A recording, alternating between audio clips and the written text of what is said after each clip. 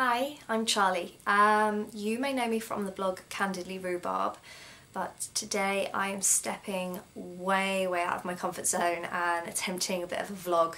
I write a lot on my blog about my struggles with recurrent miscarriage, and I thought that by making a video about it, it's just a different way of vocalising the things that I've been writing about. I'm hoping to create a bit of a video series about my own experiences with it, and I'm hoping that it's just going to open up a bit of a dialogue about something that happens to a lot of women but that no one really talks about. So I fell pregnant for the first time in 2011. It was not planned.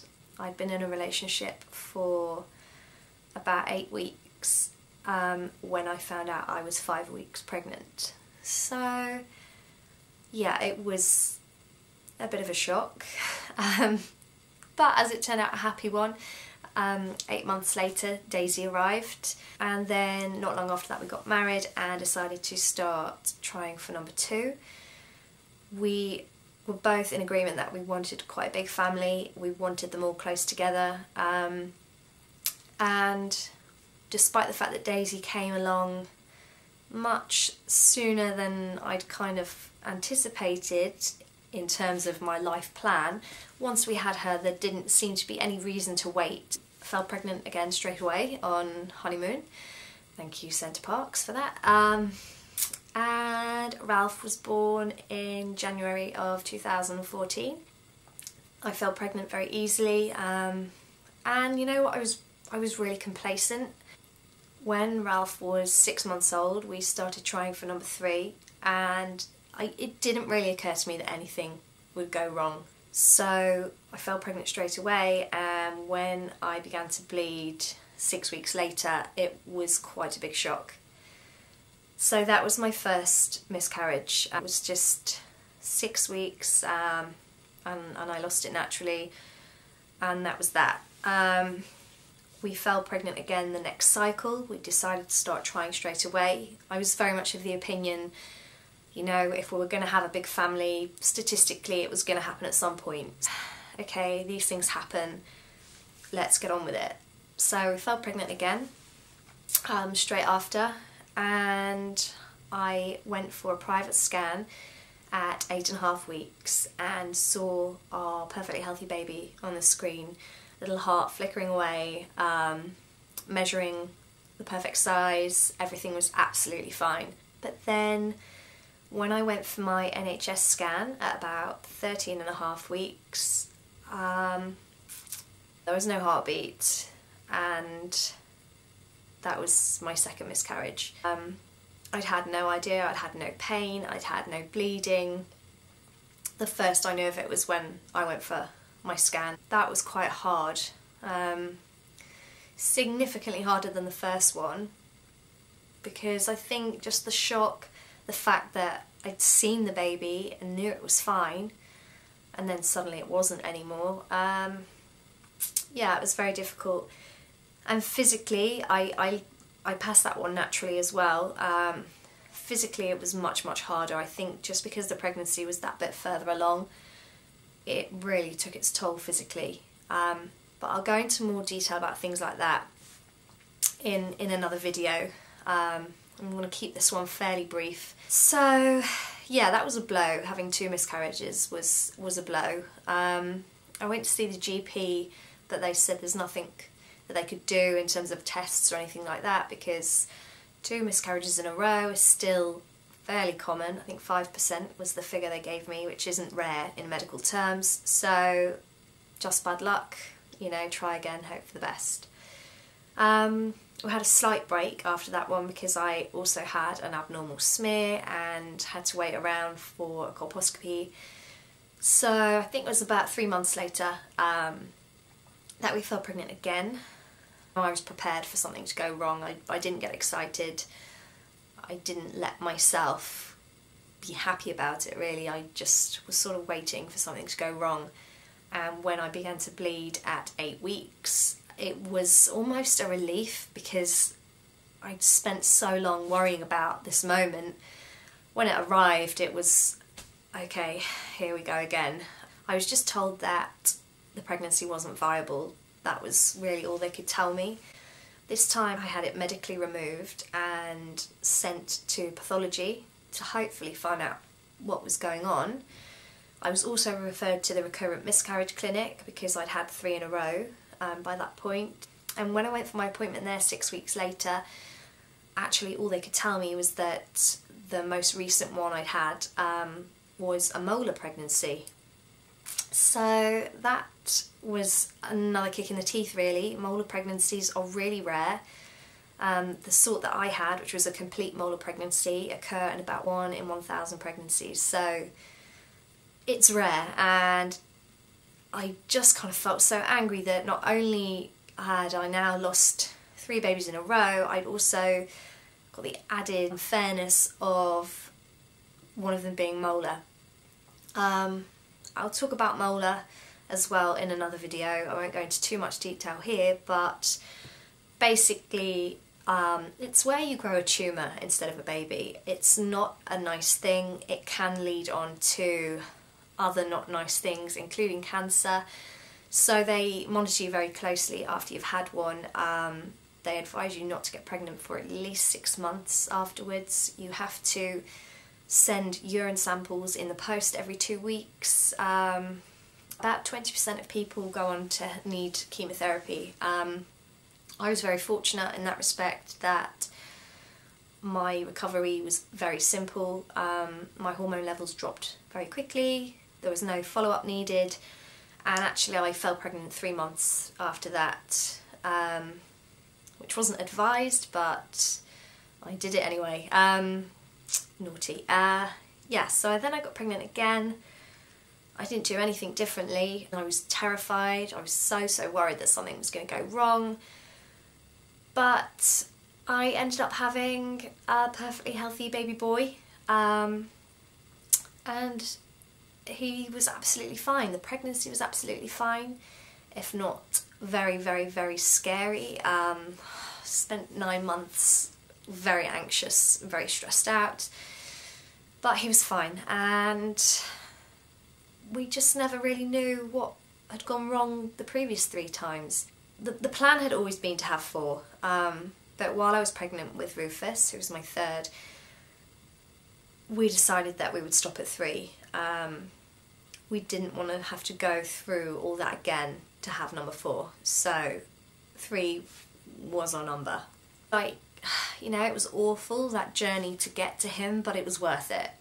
And actually, I could do it all again to have a 4th. So we had the conversation and we decided that we'd go for a 4th. Because I think as well we were both quite confident that it wouldn't happen again. The whole way through, the 2 years that I struggled with this, I was constantly told by the medical community that it's just bad luck. So I figured, you know, I've had my fill of bad luck now. There's no reason why I shouldn't go on to have another healthy baby. I've had 3 healthy pregnancies. There's no reason why I shouldn't have another one. So we started trying again when Rufus was about 8 months old. I fell pregnant after a couple of months, I think, 2 or 3 months. And I was pretty confident. Like I say, I just sort of figured it's not going to happen again, you know, it's just bad luck. No one's that unlucky. There's no reason why this pregnancy should be anything other than healthy and fine. But once again, I began to bleed at 6 weeks, and that was that. I didn't even need to go for a scan or anything for confirmation. I knew. That was that, number 4. I went to the GP again after this one and was once again told that I wouldn't be entitled to any testing because you have to have 3 in a row. The first 3 that I had didn't count because the 3rd one was a molar and not a miscarriage. And the 4th one didn't count because I'd had a healthy baby before that. So basically I was just being told you haven't lost the right amount or you haven't lost them in the right way, so you can't be referred to the miscarriage clinic. But incidentally, I actually had an appointment at the gynecology unit at my hospital. It had been sent through the post. It didn't say what the appointment was about. I just assumed it was a follow-up appointment because I had another abnormal smear, and then I'd also had a bit of a drama after a LETS procedure on my cervix. Again, a story for another time, but I thought that that's what the appointment was about. So I went to the hospital and the consultant was sort of like, "Why are you here?" And I was like, "You tell me." And he said, "I don't work with cervixes, I'm in the miscarriage clinic." And I was like, "Well, I've actually just had my 4th, so..." And he was like, "Well, yeah, let's talk about that." So I gave him a brief rundown of my history, and he instantly said, "That sounds like a hormone imbalance." And I was elated. I was so happy because he kind of just instantly said, "I know what's wrong and I think I can fix it." And it was that simple, and I was so happy. He said, I'll run all the tests that we run, but I'm 99% certain that it will come back clear. I think it's just a hormone thing, and we can just give you HCG when you're full pregnant, and that will help. I came away from that appointment and I was just so happy that someone was finally helping me. A week later I got a letter through the post, which was like a write-up of the meeting that I'd had with the consultant, but it said on the letter, "Actually, we're not going to give you HCG because of the molar pregnancy, we'll give you progesterone." And I was just told to call up as soon as I found out I was pregnant. I found out on Christmas Day in 2017 that I was pregnant again, and I was excited. I guess I allowed myself one day to be excited, and then I was just very worried and concerned about what might happen. I went to the hospital on Boxing Day to collect my progesterone. I started taking that straight away, and then at about 5.5 weeks I started to bleed again. And this time it was really difficult to even get into hospital. The early pregnancy unit didn't want to see me because I was under the care of the miscarriage clinic. The miscarriage clinic didn't want to see me because my appointment, I was meant to see the consultant on the 29th of December, that was cancelled. They moved it to the 12th of January. When I called them on about the 7th or 8th to tell them I was bleeding, they said, "Just come for your appointment on the 12th. I knew that by that point it was going to be too late, but there was nothing I could do. So that was my 5th miscarriage. I've been pregnant a total of 8 times, and I've got 3 children, and I've lost 5.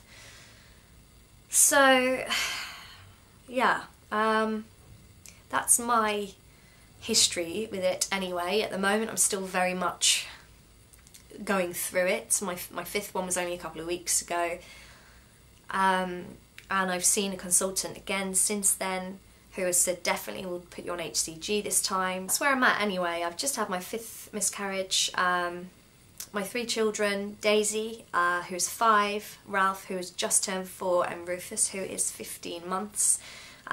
They're all fine. Their pregnancies were fine. Not really sure how or why, but I realise now how very lucky I am and they are. And at the moment I'm still very much wanting a 4th. Yeah, we intend to try again straight away. I'm going to try HCG next time and hopefully have a better outcome. But I'd really like to kind of document that on here. Helpful for me to talk about it, and I think it's helpful for people who are going through something similar as well to know they're not alone. Ever the professional, my camera just ran out of battery, so I'm going to finish this very quickly on my phone and just say, yeah, thank you for watching. I hope you found it semi-interesting, and I am going to be back very soon with some more videos on the topic. If you've got any questions, then you can find me on Instagram at charlirhubarb. I will try very hard to put some sort of link below. Very new to all this. Yeah, but then you can track me down over there and send me messages and I will get back to you. Okay, thank you for watching and I'll speak to you soon. Bye.